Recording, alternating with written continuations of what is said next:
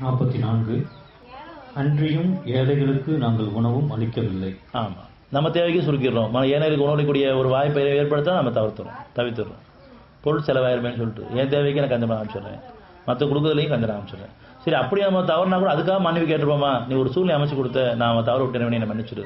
ஒரு உணர்வு கொடுத்துருக்கலாம், அல்லது ஒரு உதவி தேடி வந்திருக்கலாம், இல்லை மற்றவங்களும் நம்ம தூண்டப்பட்டிருக்கலாம், நம்ம அதை தவிர்த்துடுறோம். அழகான சூழ்நிலையை உருவாக்குறான் நன்மையை செய்கிறதுக்கு. அதுக்கு மேலே 43. அவர்கள் கூறுவார்கள், இறை உணர்வுகளில் நாங்கள் நிலைக்கவில்லை. உணர்ச்சியிலே இருந்துட்டோம். இதெல்லாம் நம்ம கைப்பற்ற போது அவன்கிட்ட சொல்லிட்டு இருப்போம். ஆனால் அந்த நாளில் உணர்வு பெற்ற எந்த பயனும் கிடையாது.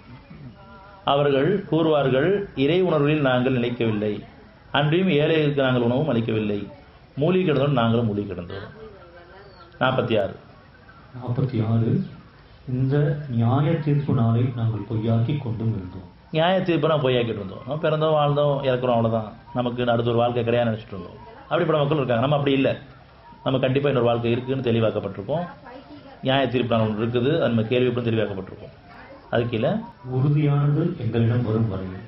அது கீழே ஆகவே பிரார்த்தனை செய்வோரின் எந்த பிரார்த்தனையும் அவர்களுக்கு பயனளிக்காது. ஏன் பிரார்த்தனை செய்வன் பிரார்த்தனைக்கு பதில் கிடைக்கிறேன்னு சொன்னால், நான் பாவத்துக்கு மன்னிப்பு கேட்கல, நன்மையெல்லாம் அடையணும் பிரார்த்தனை பண்ணிருக்கேன். ஆனால் தீமையை நீங்களும் பிரார்த்தனை பண்ணல.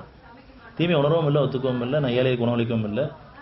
மூலிகை நான் மூலிகை கிடக்கிறேன். அந்த மூலிகைகளை உணர்ந்து மீட்டுக்கணும் கேட்கறது பதிலாக என் தேவையில மட்டும் நான் கேட்டுக்கிறேன். இன்னும் மூலிகிறது நம்மளை பொறுத்த வரைக்கும் நன்மையெல்லாம் சீக்கிரம் அடையணும், தீமையெல்லாம் அது படிப்படியாக நீனா போதும். அது நீங்களும் பிரார்த்தனை மனசார கேட்கறது கிடையாது, உளமாற கேட்கறது கிடையாது. எங்கே இல்லாமல் போய் மாட்டோம் அளவுக்கு தான் நடந்திருக்கு. அது உணரவும் கிடையாது, அதை ஒத்துக்கிட்டு ஒப்படைக்கிறதும் கிடையாது. அதனால் நன்மையை அவசரப்படுவது போன்று நீங்கள் தீமைக்கு அவசரப்படுறீங்க. பொருளை நிறைய கொடுத்தா நம்ம தீமைக்குள்ள தான் போவோம் நம்ம. அதனால் நம்ம பாதுகாக்கப்பட்டிருக்கும். அதனால் சுருக்கப்படுறதும் தடுக்கப்படுறதும் நம்ம பாதுகாப்புக்கும் நன்மைக்கும் தான். ஏன்னா இறைவனுக்கு திரும்புறதுக்காக. அப்போ தான் நம்ம இறைவனுக்கு திரும்புகிறோம். நோயை கொண்டும் வறுமை கொண்டும் பிடித்தோம் பணிந்து வரும் போட்டு அப்போ தான் பணிவு வருது. ஏற்கனவே அப்படி பணிஞ்சு வந்து நமக்கு சுகத்தை கொடுத்ததுக்கப்புறம் திருப்பி அதே நிலையை தான் இருந்துட்டு இருக்கோம். இன்னும் குணக்கேடுகள் இருக்குது. இந்த சமுதாயத்தை ஒன்று செய்த காரணமே சமாதானம் திரும்புறதுக்காக, ஒருத்தர் மௌனம் திருப்பியிருக்காக கிடையாது. இப்போ எத்தனை பேர் நமக்குள்ள, நம்ம குடும்பத்திலேயே நம்ம வெளியிலேயே மௌத்தை திருப்பிட்டு இருக்கோம். பிடிக்காதவங்க நம்பிக்கொண்ட மக்கள் இருக்கமா இருக்கலையா? இல்லையா? கண்டிப்பாக இருக்கும். இன்னும் குணங்கள் உயரவில்லை.